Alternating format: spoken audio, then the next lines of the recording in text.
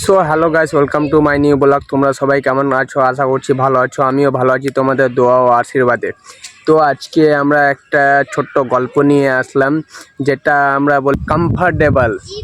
আমরা ওই জায়গা ছেড়ে কোথায় যেতে চাই না। যেমন উদাহরণ দিয়ে বলি, শীতের টাইমে আমরা কম্বল গায়ে দিই না, তো সকালবেলা কম্বল থেকে বের হওয়ানোর ইচ্ছা করে। কমফর্টেবল, আমরা ওই জায়গা ছেড়ে কোথায় যেতে চাই না। জাস্ট কিছুদিন আগে আমি একটা গল্প বললাম, একটা রাজা আর দুটো টিয়ে পাখির। তো একটা রাজাকে একটা সৈন্য দুটো টিয়ে পাখি গিফট করে। রাজা তার রাজপ্রাসাদে নিয়ে গিয়ে রাখে, গাছে রাখলো। দুটো বাসা করে দিল। তো দুটো বাসা করে দিল, ওখানে থাকে টিয়া পাখি, খাওয়ার দেয়, জল দেয়, সব দেয়, চিকিৎসা করে, যত্ন রাখে ওখানে। কিছুদিন হলো, আস্তে আস্তে আস্তে আস্তে আস্তে আস্তে পাখিগুলো বড় হলো। কিন্তু একটা একটু বড়, একটা একটু ছোট হলো, দুই সাইজের হলো। কিন্তু ঠিক আছে, তার মধ্যে উনি একটা পাখি বাসা থেকে বেরিয়ে উঠতে লাগে। একটা পাখি কিন্তু ওখান থেকে বেরিয়ে ঢালে বসছে। প্রত্যেকদিন ওখানে বসে, ওখান থেকে ঢুকে, আবার ওখানেই বসে, ওখান থেকে বাসায় ঢুকে ওখানেই বসে। এরকম করে কিছুদিন চলতে থাকে। রাজা একদিন নজরে পড়লো। রাজা মশাই দেখে বলল, কি ব্যাপার, কোনো অসুস্থ হচ্ছে? রাজ্যের সব ডাক্তারকে ডাকলাম। তো ডাক্তার এসে বলছে, আজ এটা আছে, ওটা আছে, হ্যাঁ আছে, চিকিৎসা হচ্ছে, কেউ ঠিক করতে পারে না।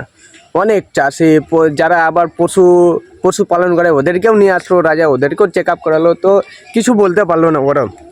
জাস্ট একদিন রাজা অনেক টেনশনে রাজ্যে দিয়ে হেঁটে যাচ্ছে, রাজ্যের বাগানের দিকে। এক কৃষক দেখতে পায়। কৃষক রাজাকে দেখে বলে, রাজামশাই, আপনার মন উদাস কেন? তো কৃষককে ঘটনাটা খুলে বলে রাজামশাই। তারপরে কৃষক ওনাকে বললেন, ঠিক আছে, আমাকে নিয়ে চলো, আমি দেখি আমি পারছি কি না, চেষ্টা করে।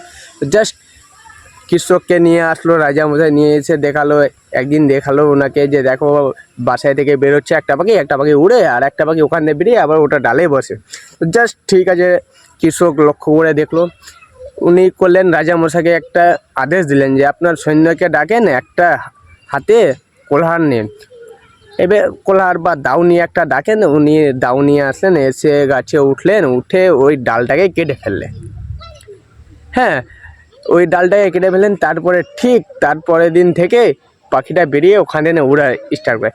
তো এখানে আমরা কি শিখতে পারলাম? আমরা যে জায়গায় আছি ওই জায়গায় আমরা ঠিক আছি না। ওখান থেকে বের হয়ে দেখো, চেষ্টা করো, স্ট্রাগল করো, তারপরে সফল পাবা।